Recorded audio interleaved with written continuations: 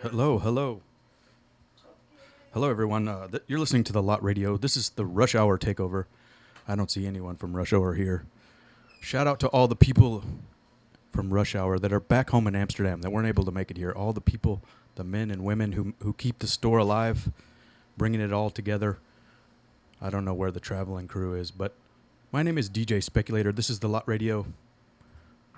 Going to be going on for about 6 hours today, I think. I'm from 12 to 1. Stay tuned.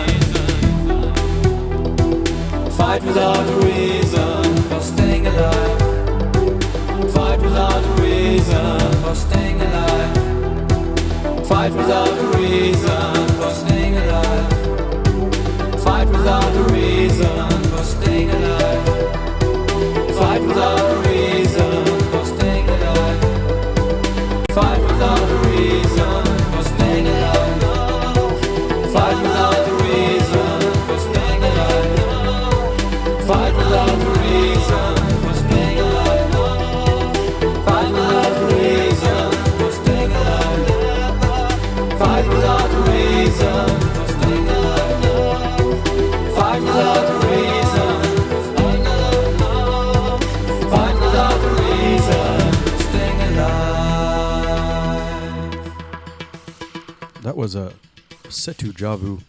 Coming up next is one from Bel Canto.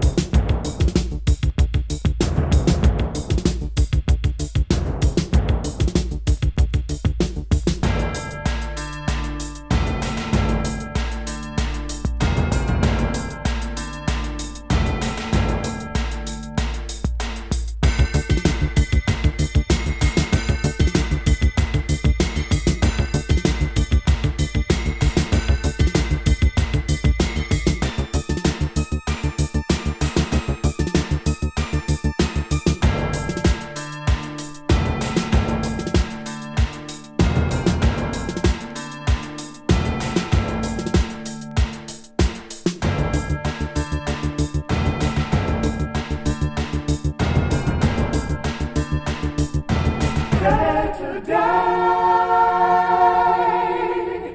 dare to die.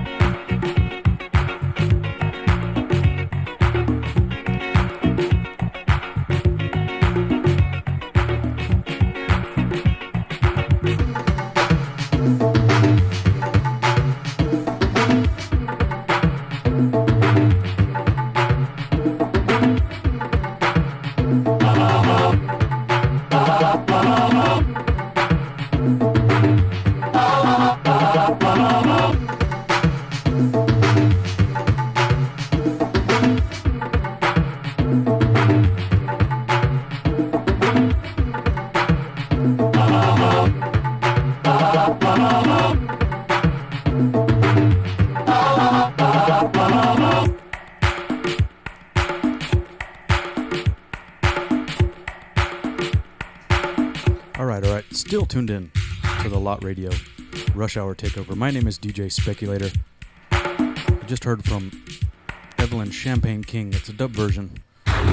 Probably about a 64-cent record. Maybe you can find it at Rush Hour, but maybe not.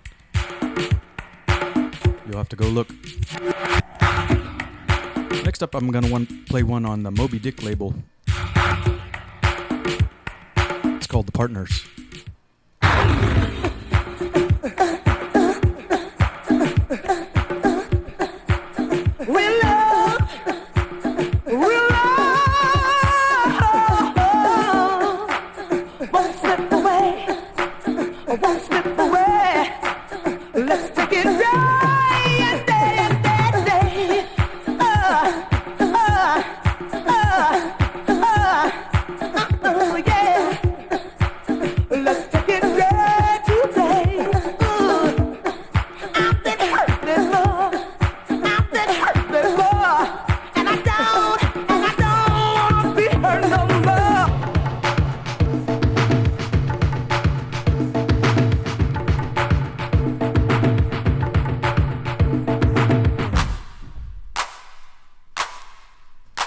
Give it to me all night long.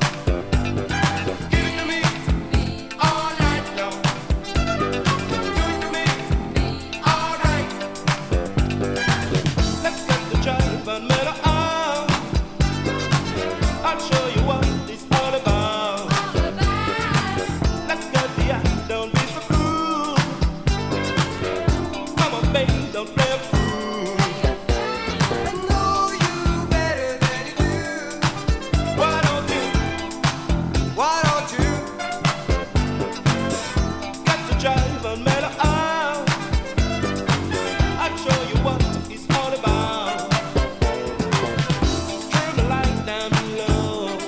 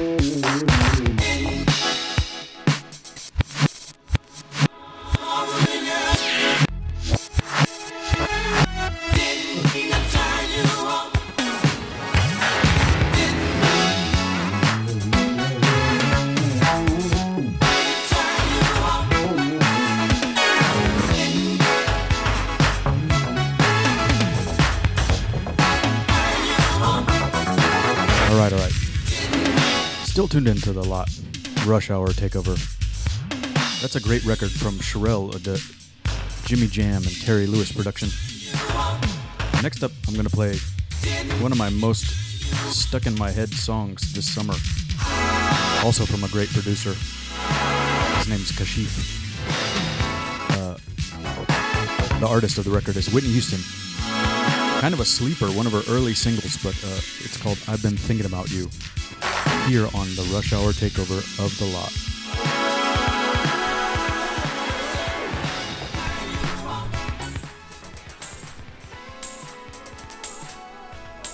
Thanks for tuning in.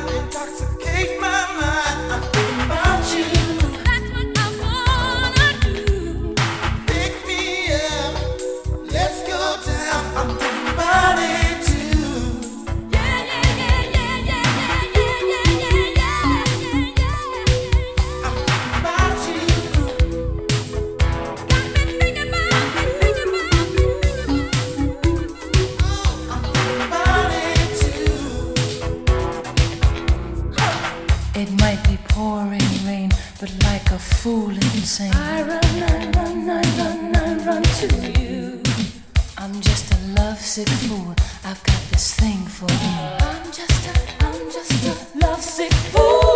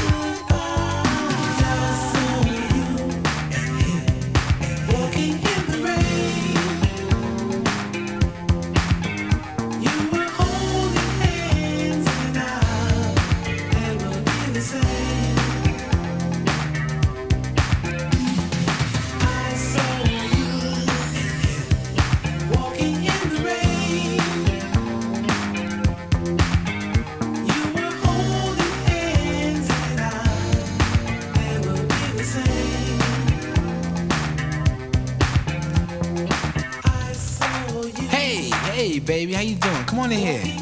Got some hot chocolate in the stove waiting for you. Listen, first things first, let me hang up that coat. Yeah, how's your day today? Did you miss me? Oh, you did? Yeah, I missed you too. I missed you so much I followed you today. That's right. Now close your mouth, cause you cold busted. That's right, now sit down here. Sit down here, so upset with you, don't know what to do. My first impulse was to run up on you and do a Rambo. Whip out the jammy and flat blast both of you. But I ain't wanna mess up this $3,700 Lynx coat. So instead, I chill. That's right. Chill. Then I went to the bank, took out every dime. And then I went and canceled all those credit cards. Yeah. All your charge counts. Yeah. I stuck you up for every piece of jewelry I ever bought you. Yeah, that's right. Everything. Everything. Get fly with me. Nah, don't go looking in that closet, cause you ain't got nothing in there. Everything you came here with is packed up and waiting for you in the guest room. That's right. What was you thinking about? Huh? What was you trying to prove? Huh? This was the juice. You know, I gave you silk suits, Gucci handbags, blue diamonds. I gave you things you couldn't even pronounce. Now I can't give you nothing but advice, cause you still young. That's right, you still young. I hope you learn a valuable lesson from all this. You know? You're gonna find somebody like me one of these days.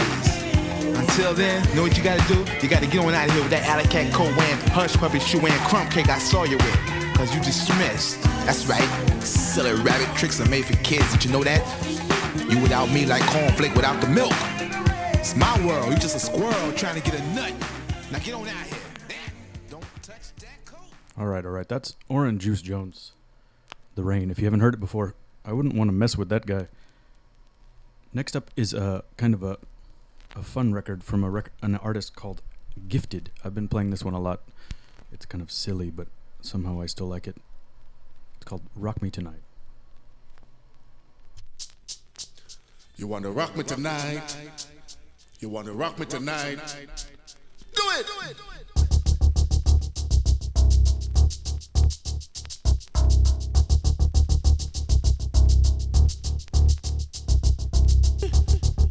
Shibby, shibby, shibby, shibby, shibby, shibby, shibby, shibby, shibby, shibby, shibby, shibby, shibby.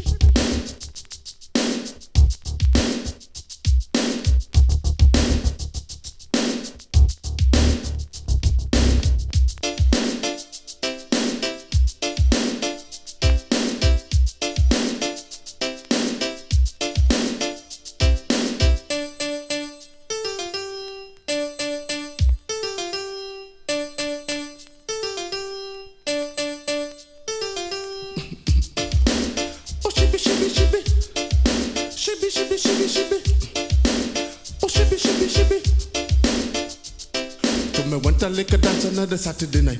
Man, the people in the dance started chant all night. So me dress up in a jacket and me dress up in a tie. Me went up on the stage and me pick up a mic. Me start to drop it to the crowd and they jump and cry. Me drop it on the floor and they ask for more. And then I rock it to the last until the very last drop. The crowd said to me that's the final. Look, I have a little girl in a Pinterest. Man, I went to visit her in a sexy vest. But the girl said to me that she loved me just. She tell me how I could kiss, how I could caress. I hope she love me, yeah, I'll me do it style. Don't me have another one in my Erica King. I met her in the bar where she was drinking. So me ask her what you want, she said the Heineken. I make it, me duty and I give it to she. Then I went by the bar to pay the bartender. Now when she see me money, she start to call me honey. Hey, she say me real sexy. I hope the crowd love me. She has a mic MC, Lord. She want the color TV. Hey, she want me co-sign for she. I know she have a baby. She really needs some money. So me tell she easy. And I would give it to she. Hey. Shibby. Shibby, shibby, shibby, shibby. Oh, shibby. Shibby, shibby, shibby, shibby.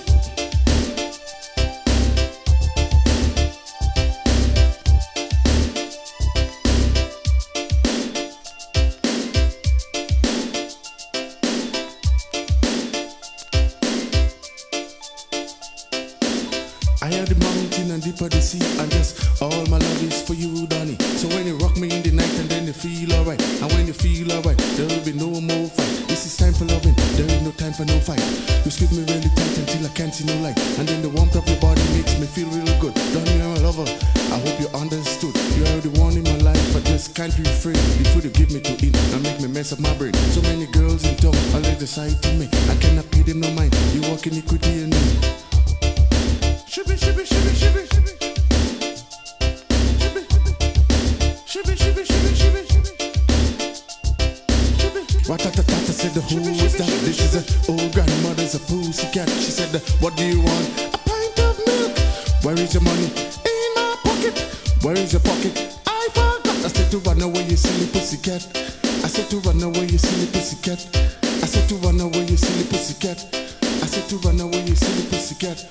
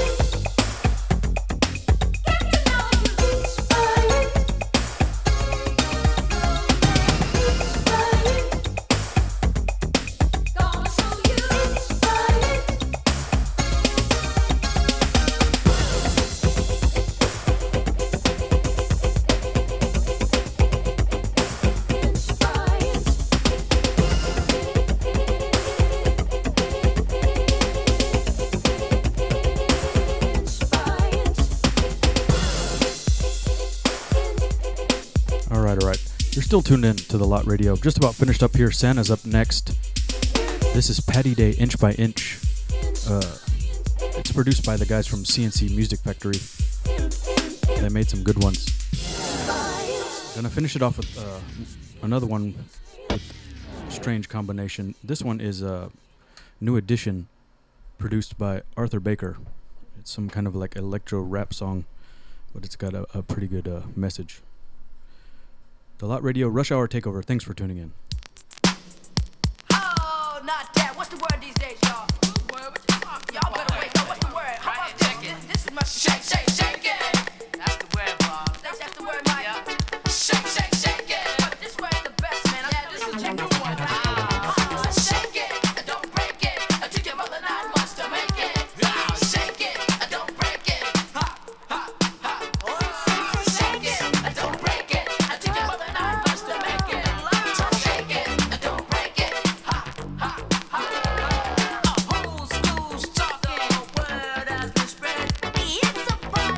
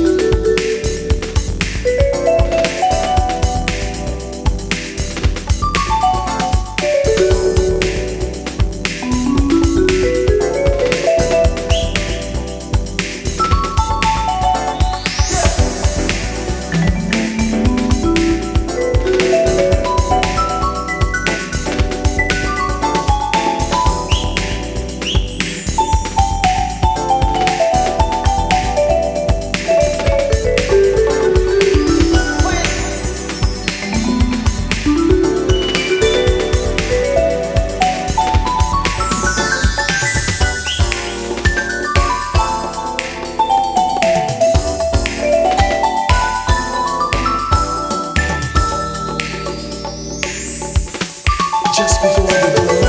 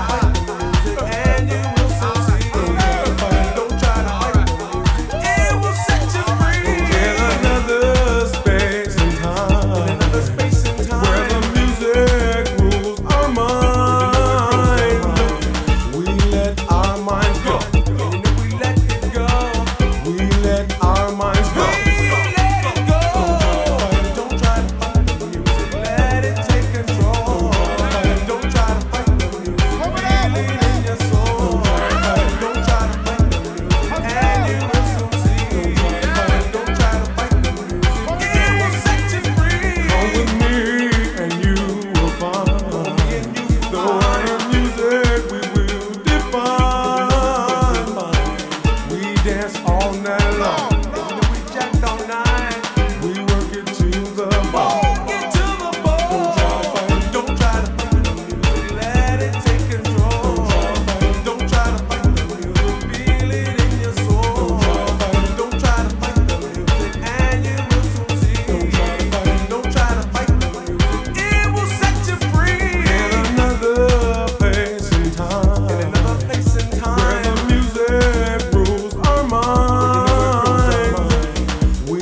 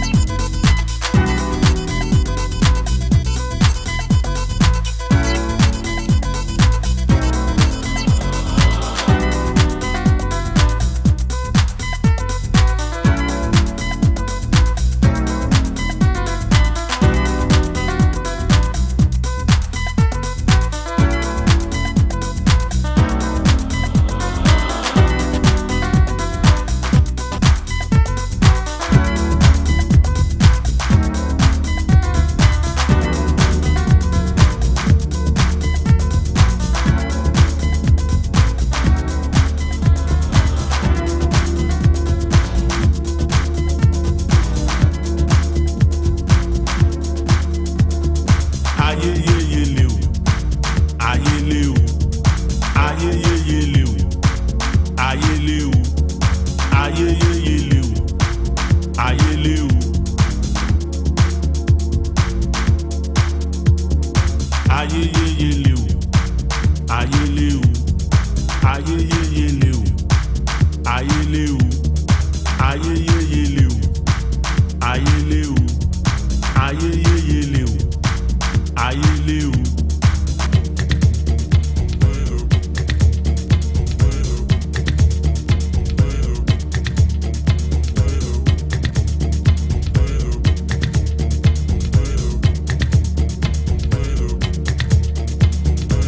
Ilé ayé le o, ilé ayé le, ilé ayé le o, ilé ayé le, ilé ayé le o, ilé ayé le, ilé ayé le o, ilé ayé le.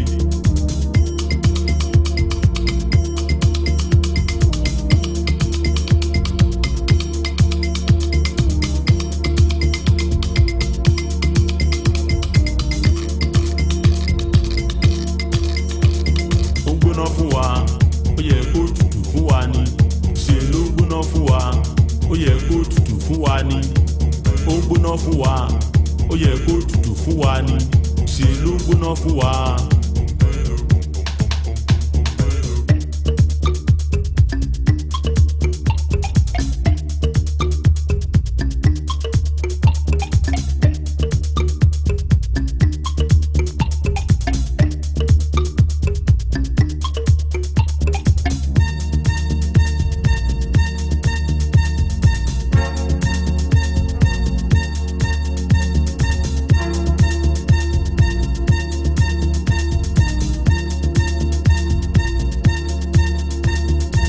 Ẹ bá wa táyé ṣe o, ẹ bá wa táyé ṣe.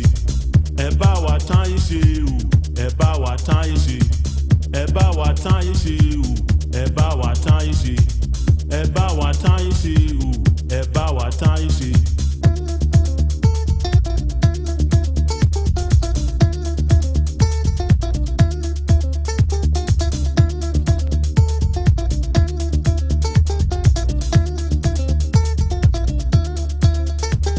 Ẹ táyé ṣe o, ẹ táyé ṣe. Ẹ táyé ṣe o, ẹ táyé ṣe. Ẹ táyé ṣe o, ẹ táyé ṣe. Ẹ táyé ṣe o, ẹ táyé ṣe.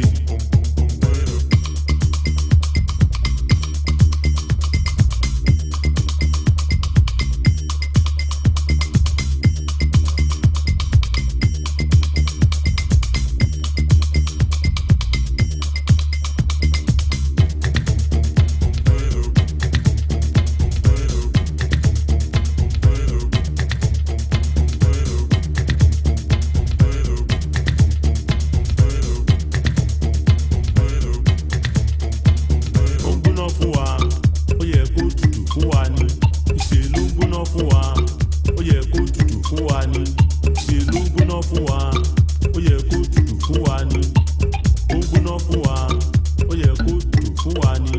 Ìṣe ló ń gbóná fún wa.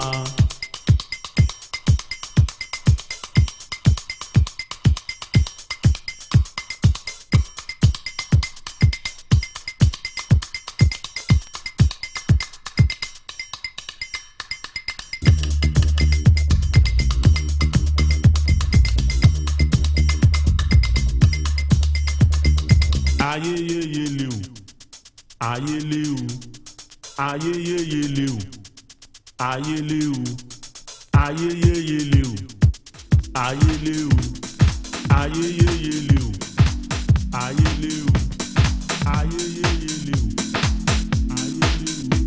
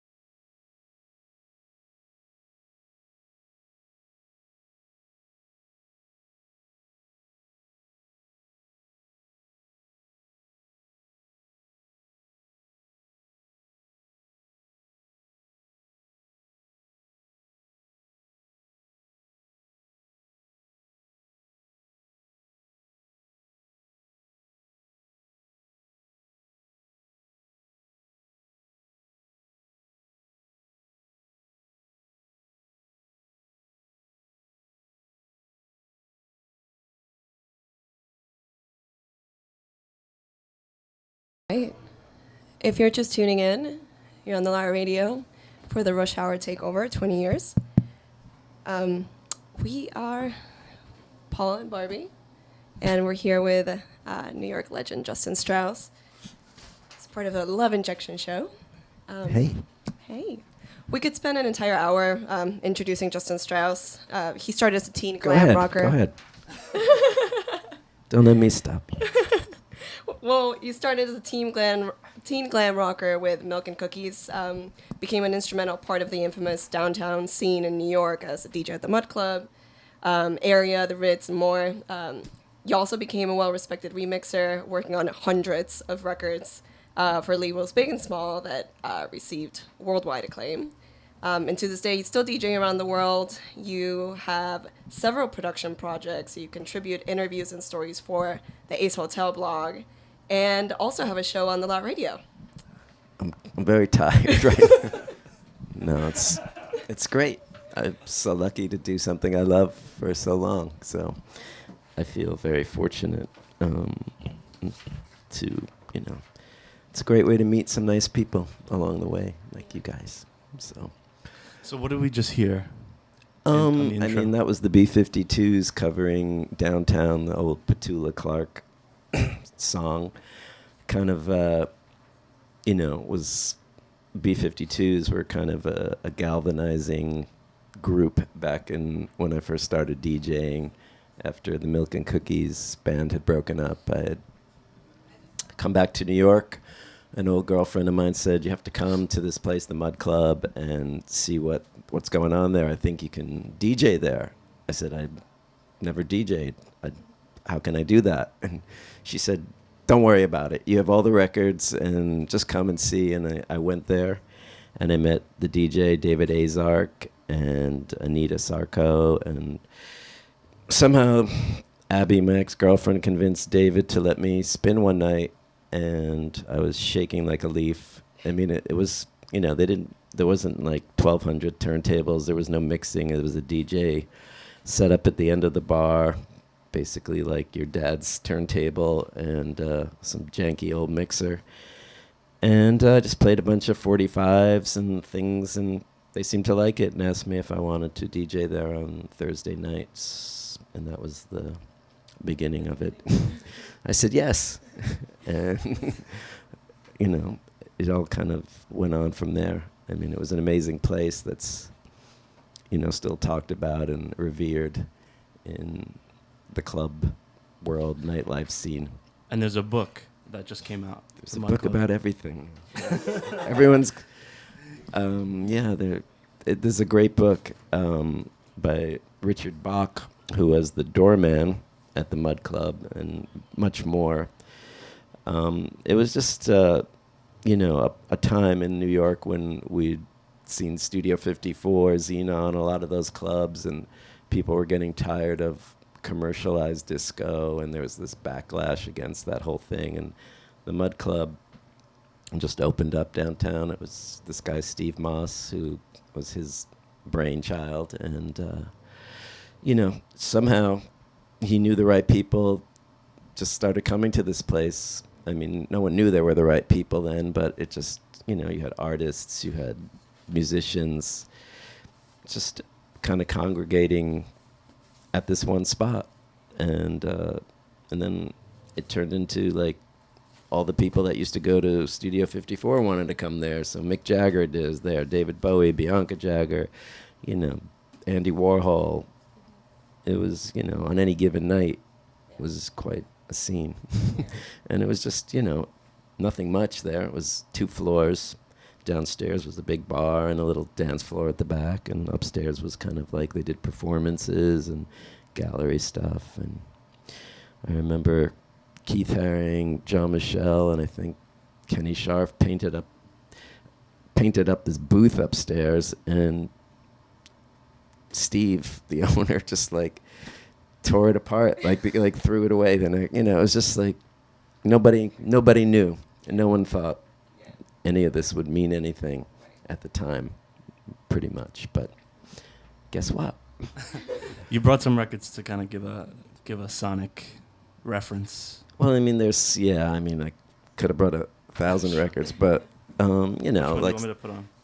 I mean, you could put on ESG. That's always, you know, I remember there was a record store called 99 Records run by Ed Ballman on McDougal Street.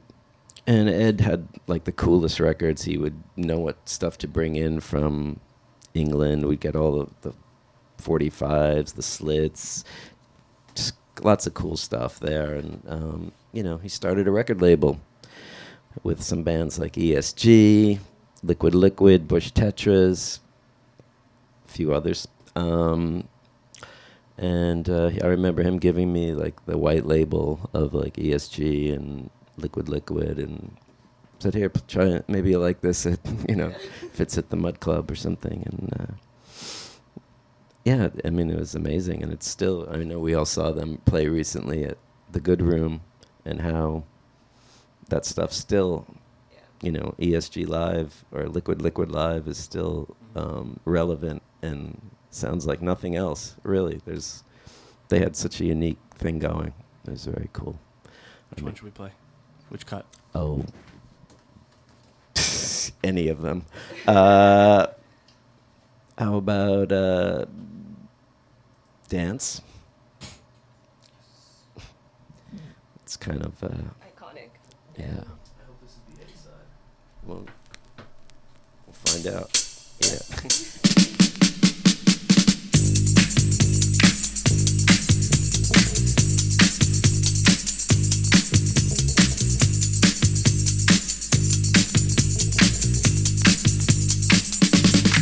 When I went to a party and I wanted to dance all night,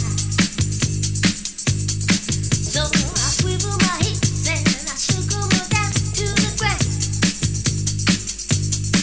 I want to dance,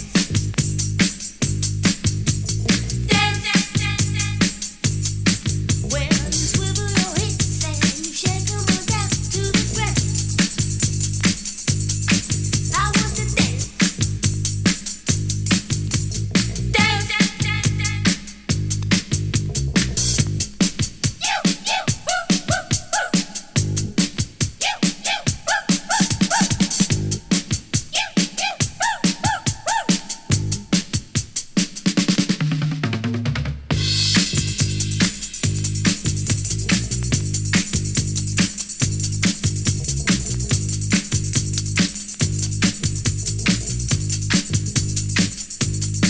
When I went in that party and I started to dance all night, so I swiveled my hips and I shook 'em all down to the ground. I start to dance, dance, dance, dance, dance. When you swivel your hips and you shake 'em all down to the ground, I start to dance. Dance, dance, dance, dance. You, woo, woo, woo. You, woo, woo, woo. You, woo, woo, woo.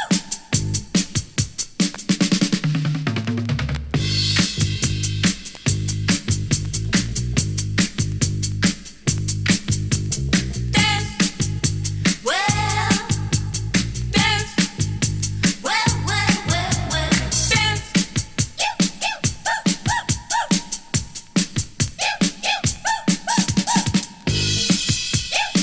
woo, woo, woo. I'm dancing.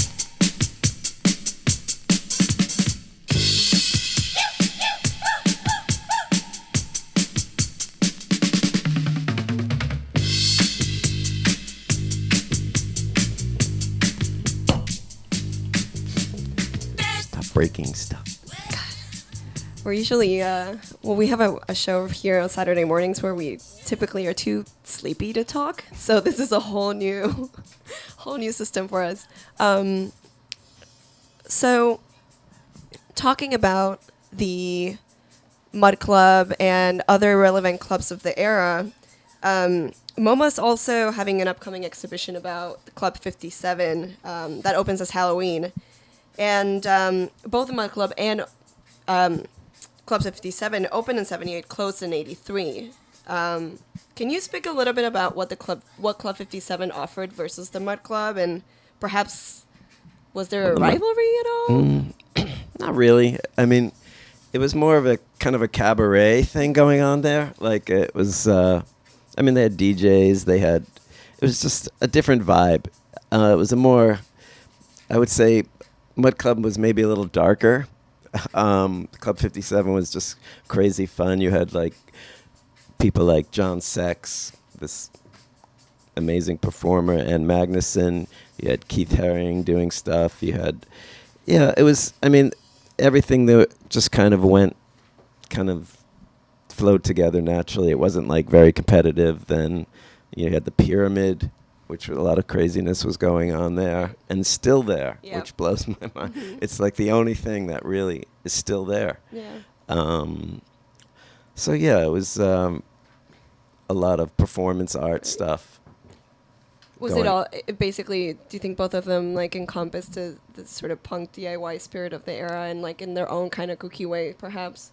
Oh, definitely. I mean, like I said, everything was pre-everything. Yeah. So there was nothing really to like base this stuff on. People were just making stuff up as they went along, and you know, people would go to both. It would be like there was so much going on in the city around then, you know, in that point. So it was basically a lot of the same people doing stuff.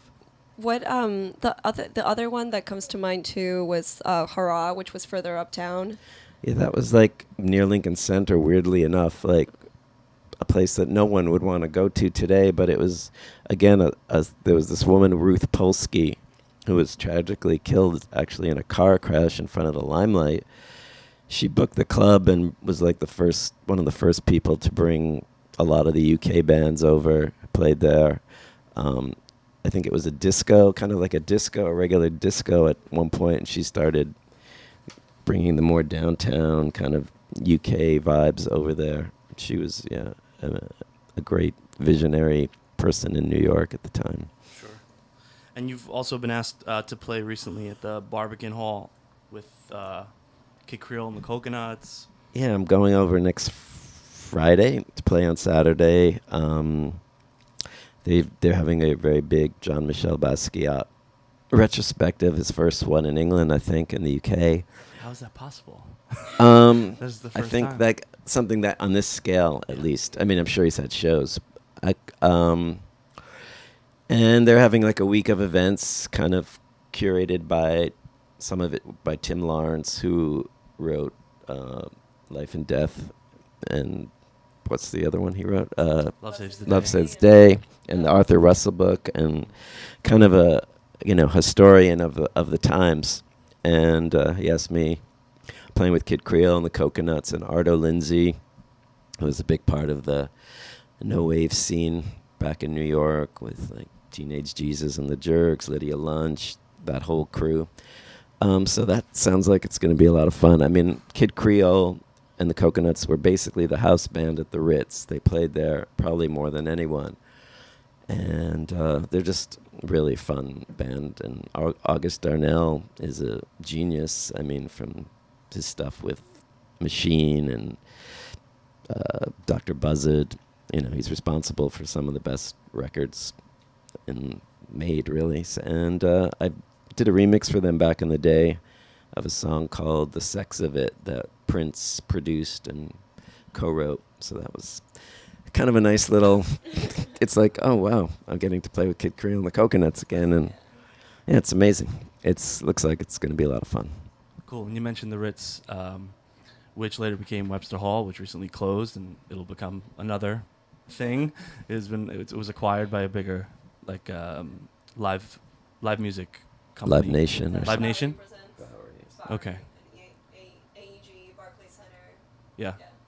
This landmarked venue that's been around It was since incredible. the 20s. Yeah, right? it was like it's a beautiful auditorium. And when I was working at the Mud Club, this fellow, Jerry Brandt, was hanging out at the Mud Club, checking everything out. And he approached me and David and asked us if we'd be interested in leaving the Mud Club and coming to play at his new spot, the Ritz.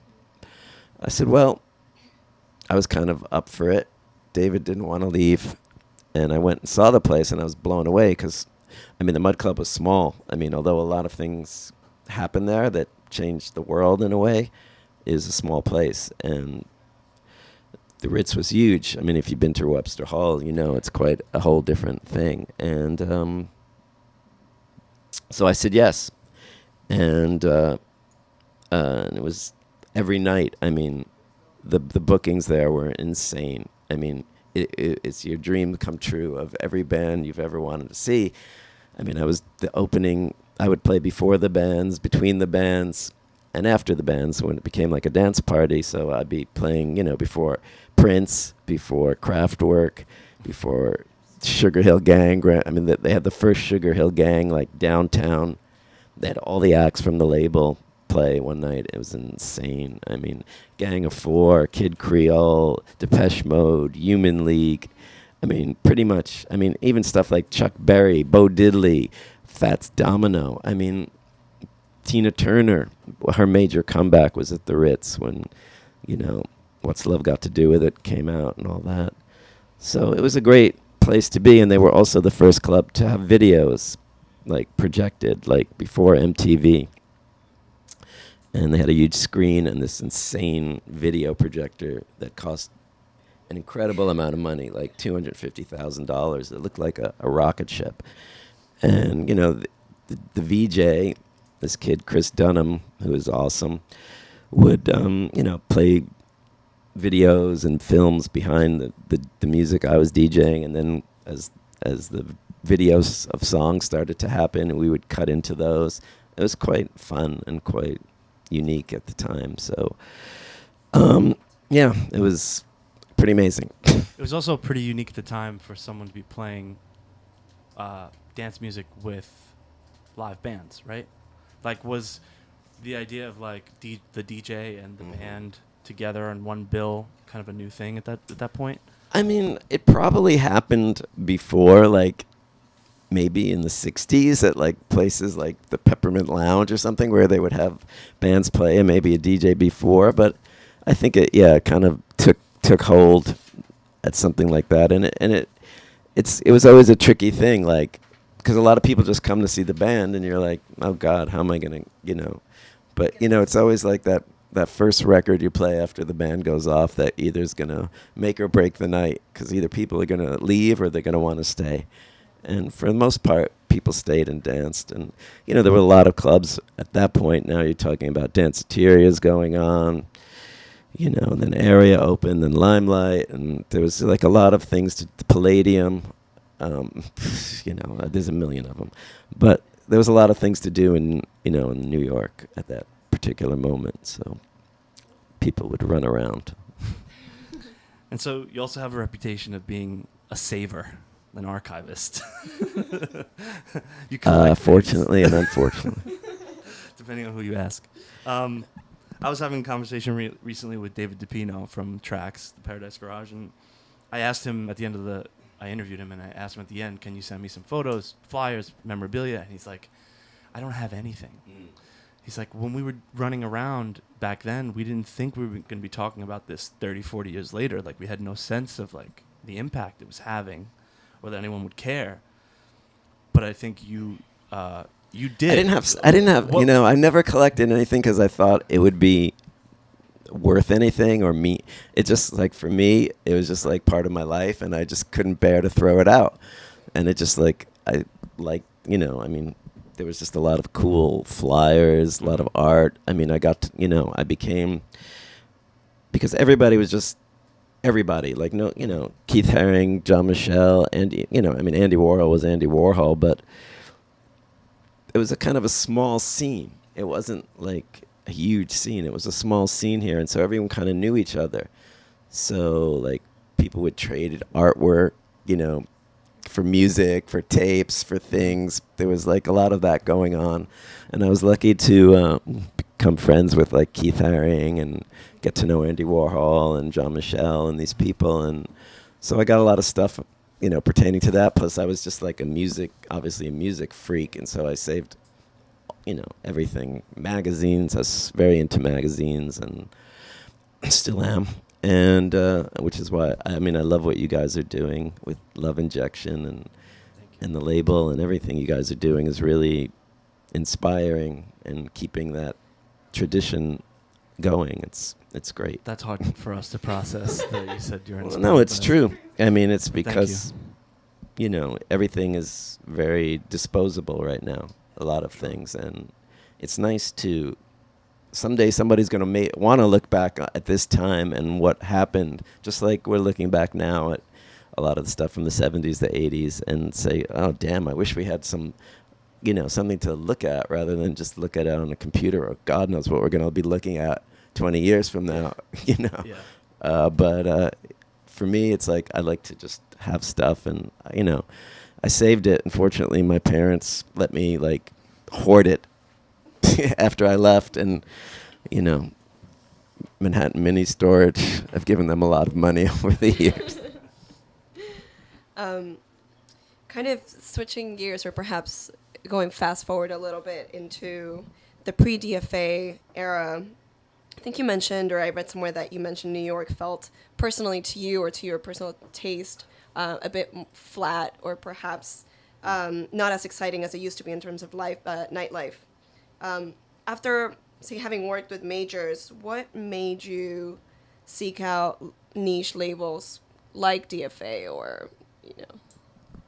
I mean, you know, New York is always changing, and I had been doing this for a long time, and remixed a lot of records, produced a lot of stuff, DJ'd basically the best clubs in New York, and I don't know, it just kind of felt like something needed to happen, you know? It was just kind of like flat. And I heard like some of the stuff, you know, the Rapture, especially like House of Jealous Lovers and the Juan McClain's first record, and then obviously Losing My Edge, and it just like harkened back to a lot of things that excited me about music in the first place. It was kind of raw and like, but it was, you know, it was powerful, and I was like, oh, and it was referencing a lot of things that I, you know, grew up with, and that I played, and then records that I worked on, and I was like, but in a new, exciting way, and I was like, wow, this is something, and it just kind of galvanized my interest again, and like made me want to seek these people out and find out who they were and what's, you know, what was happening. And I've, you know, since then got to remix stuff by LCD and a lot of stuff, you know, Holy Ghost and a lot of things on DFA, and I just love, you know, what they were doing, you know, what they do, and that just there was stuff coming out on Goma, on Relish, on a lot of those labels, just Joachim doing cool stuff, you know. There's just, it just connected the dots for me of like, what. Well, I think one of my favorite, I think DFA was my entry point into more like DJ dance music, but indie dance music, I guess is what they call it. One of my favorite bands too is Hot Chip, and we had a conversation earlier this year, and you were like, well, I'm really excited that I get to that I get to remix Hot Chip.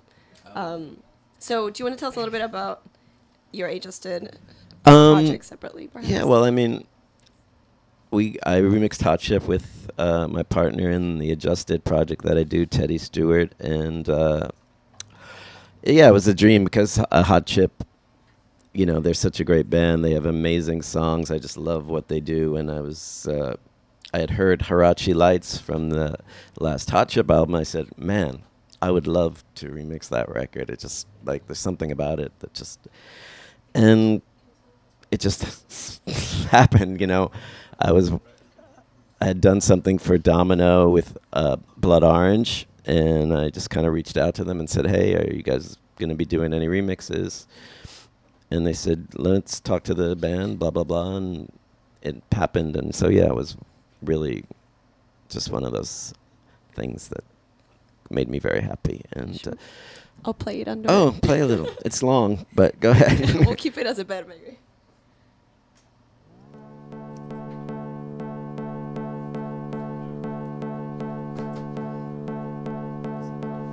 Yeah, there we go.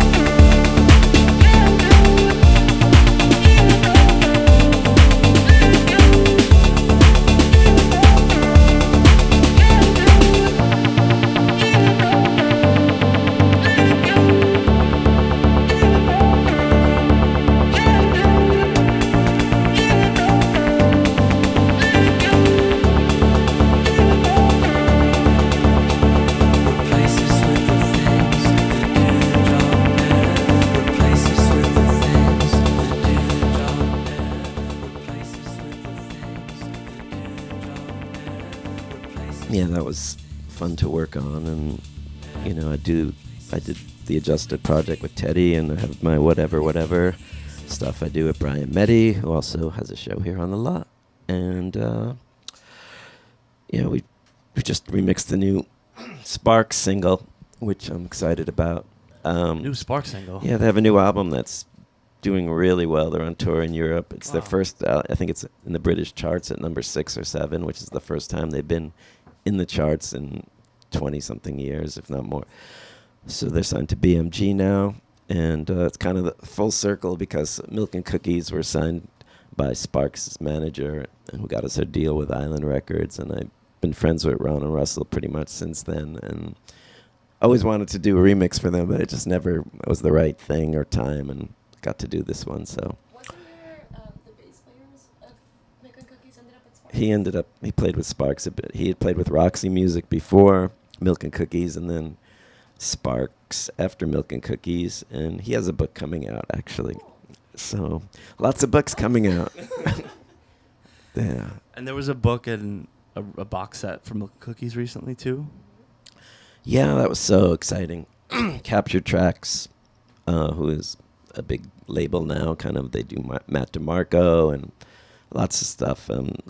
They used, the owner was a big Milk and Cookies fan. He was actually Mike Sniper, who also has a show on the Lot Radio. The Lot Radio seems to have really brought New York community together in a way that I haven't seen in a long time, and it's great.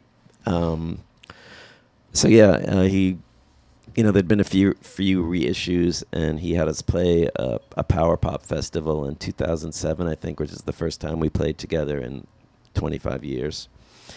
And his dream was always to do the ultimate Milk and Cookies. It was one of his favorite albums of all time, and so the ultimate Milk and Cookies set, and so it's like a 3 vinyl edition, 100-page book. It came with a tote bag, posters, buttons. I mean, it's insane. And yeah, I was kind of very happy with that. I worked on the book for a long time with Drew Heffron, who did the art design, and I think it's came out really great. We agree. Switching gears a little bit, in Life and Death on the New York dance floor, there's this kind of idea, this theme that goes throughout the book in a couple different ways of like convergence of different sounds, people coming together in downtown New York, making new things. So we were just talking that it was the 40th anniversary since the Paradise Garage opened. It's a place you frequented. You were in Milk and Cookies, you were playing at the Mud Club, but you were also at the Garage, right? So yeah, I mean, once Milk and Cookies ended, I kind of put that out of my mind and didn't tell many people about it. It was, when bands break up and things don't happen like they're supposed to, just kind of like any relationship, you want it to go away for a while. So I just kind of really didn't talk about Milk and Cookies, and I just kind of started DJing at the Mud Club, playing funk, soul, punk, early hip hop, rock, some disco. Like I remember I was buying I just loved music. I wasn't thinking about this is this and this is that. It's just, I remember getting one of the first 12 inches I got was this Doing the Best That I Can by Betty LaVette had a Walter Gibbons remix on it, which was 10 minutes long. I mean, 10 minutes long was a long record. Still kind of, and I was kind of really interested me, and then I started, finding out more about that whole scene. But mostly I was playing in the Ritz and Mud Club, which are more kind of alternative, as they say, more rocky, dance rock, new wave mixed in. And then I met Francois K, and he would come to the Mud Club. And I went to hear him spin one night. He was spinning at an after-hours joint called AM/PM, and he was mixing records, and I was I hadn't done that, and I was fascinated by it, and I was like, show me how to do this. And he was like, give me a little, well, you just do this and do that, and I was like, okay. And I started kind of incorporating beat mixing into what I was doing at the Ritz, because they did have early 1200s, and they had what's the one with the little, yeah. So I mean, yeah, I learned how to do it there. And at the same time, he took me to the Paradise Garage, and walking in that place just changed everything for me as far as being a DJ and what I thought being a DJ was. And walking up the ramp for the first time, I was like, this amazing sound coming of bass. And like, I'd been to discos before. I mean, Studio 54, Xenon, 12 West, Infinity, but there was nothing that I like this. And the first record I heard when I walked in there was Disco Circus by Martin Circus. And Larry was just mixing the break for seemed like an hour. But it just never got... I mean, it was just mind-blowing how he controlled the whole environment in that club. And eventually got to meet him. Francois took me up to the booth. We became friends. And I spent basically every Saturday night there till it closed from 1981 till the end, till the last night. And that was something I'm so thankful to have experienced, because it just opened my mind to so much music. And Larry would be hanging out at the Ritz with me or area, and I'd go there sometimes in the afternoon. We'd play records, and he's very open. I mean, the garage was not just about boom, boom, boom. It was pre-house. It was disco. It was he played Talking Heads, Liquid Look, all those records that were big downtown were also big at the garage, a lot of them.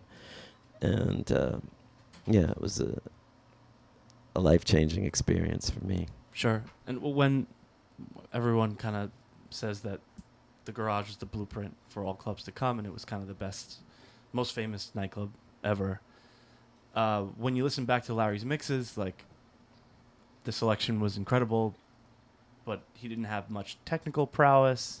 It's what about I don't believe that. I don't buy that. Because I shouldn't go on record saying that. I'm just saying, it's hard to listen to a mix today and kind of understand how everyone felt it was the greatest club ever. I just want to know if you could kind of paint a picture of first of all, Larry he didn't have Technique 1200s. He had Thorns turntables, which were belt driven, and it didn't have pitch control. He spun it around with his fingers till which is what I guess all the DJs did back then. He did mixes. He would overlay stuff for days that were perfect, and some weren't. I mean, it was, everybody's used to perfection now, and perfection is not always the best thing. I mean, it's not a bad thing, but there was a magic there Larry just connected to that crowd, and he just knew what to play. I think that's what makes a great DJ more than anything, is knowing when to play the right record, and he always knew. And, sometimes people didn't know that they knew, because Larry would bring in stuff he was working on or something somebody gave him. Clear the dance floor. Records that now are thought of as the Holy Grail, Gwen Guthrie, whatever it is. Clear the dance floor. People would boo, or stand there like this, look up at him, because he had that rapport. Yeah. And he'd play it again. He'd play it 10 times till it was the biggest record at the garage, and people would scream for it. And you'd have Keith Haring down there dancing. You'd have Grace Jones in the booth. I mean, it was just a great vibe. I mean. And he was, very open, to me anyway, and shared a lot of stuff. And it was that connection to, I think, the crowd, and never being afraid to take a chance on anything. He had full control of everything in that club, from the lights. I mean, there was a lighting guy, but he had a thing above his head, a little module that overrode the lighting guy, because he knew better. He knew when he wanted it dark. He knew when he wanted smoke. He knew when he'd shut off the exit signs. It was pitch black. I mean, he controlled the temperature in the club. It was pretty sexy. Hearing of somebody shutting off the exit signs in today's regulated New York nightlife makes me think of the number of violations that would have incurred. It couldn't exist today. Totally. And I guess on the topic of DJing and the art of DJing yesterday and today, we spoke of your sort of second coming as a DJ. How did the expectations of being a DJ, say in the 2000s, differ from a time where there were no predetermined expectations from a DJ like yourself in the early 80s? Like, it seems that when you cut your teeth into DJing, the craft, or the art of DJing as we know it today, was a completely different thing from what people expect. Well, no one expected. I mean, nobody like thought of DJing as a career choice. Like people say, "You're a DJ." You're like, "What's that?" They didn't. It wasn't. I think people go to school for this now. I wasn't like that. So yeah, I mean, it's like some people knew who I was when I kind of started DJing a lot. Some people had no idea, and that was almost even better because they were like, "I don't know." If I did a good job, they were like, "I don't know who you are, but I love what you're doing." And like they had no knowledge of any history. It's just like I just kind of brought everything, and what I try to do is like I still like DJing. To me is still the best. I still get nervous every time I play. I still get excited, and it's just you never know what's going to happen. I mean, unless you're kind of at least for me, I never plan out my sets. It's just kind of think of the first record maybe and go from there, but it's still really an exciting thing. So it's a different, and then everyone's into DJs now. Everyone's a DJ. So there's a lot of competition. It's hard. I feel really lucky to still be able to play some amazing parties and clubs and remix records and all that. It's quite fortunate.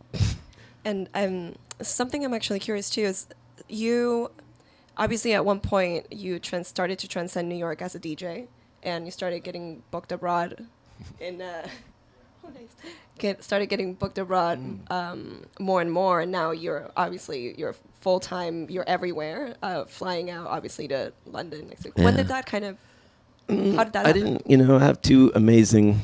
One thing I've done here, along with their mom, is raised two amazing daughters, and Imogene and Ella, who both do really cool things in this town. And for a long time, I didn't really want to go anywhere. I was really just happy to be home with them. I had my studio in the bedroom. There were people coming in and out all day long. It was just a really fun vibe. And honestly, I hate to fly. So I kind of like wasn't so seeking it out. I wanted to be around. And then, as I was getting more and more into this again, you really can't survive without kind of being a full-time DJ without traveling. So I got myself used to flying, and some people, brought me over, and then it just kind of went on from there. And, I got to play solo, Panorama Bar or Sub Club or Robert Johnson. It was like a dream come true, and I'm super happy about that. It's great to play for people all over the world. There's still this like thing about being a DJ from New York that when you leave New York, people, it resonates with people. It means something. Trying to think of what we could perhaps use as a closing song or a record. It's a good one. I mean, I've done a lot of remixes. 808 State was one that, I had gotten the import and was like pretty stoked, would play it. And then Tommy Boy was going to release it in the States and asked me if I wanted to remix it. And I was like, what am I going to do with this record? It's like records that aren't quite perfect are easier to do than the ones that, are kind of great. But they actually had lost. I mean, this record has an interesting story because they did it with a guy called Gerald, who I'm playing with next week with Brian Medias, whatever, at the Good Room. He kind of helped out on that record, and there was some legal things, and they couldn't use the tracks that he did. So we had to recreate, like the drum track, the bass line, and a few other things. It took forever. I mean, this is, pre-computers or anything. And I also, my keyboard guy was Eric Cupper, who never played on a record before till I found he played on all my remixes. And I worked with Chep Nunez and these amazing people at that time, to make all these amazing records. And so, yeah, turned out okay, and a lot of people, you know, I mean, people from Danny Krivit to Carl Cox have put my mix on their compilations, and it's really rewarding when you can have that kind of reaction to it. So yeah, we can end with that. Yeah, I'll shut up.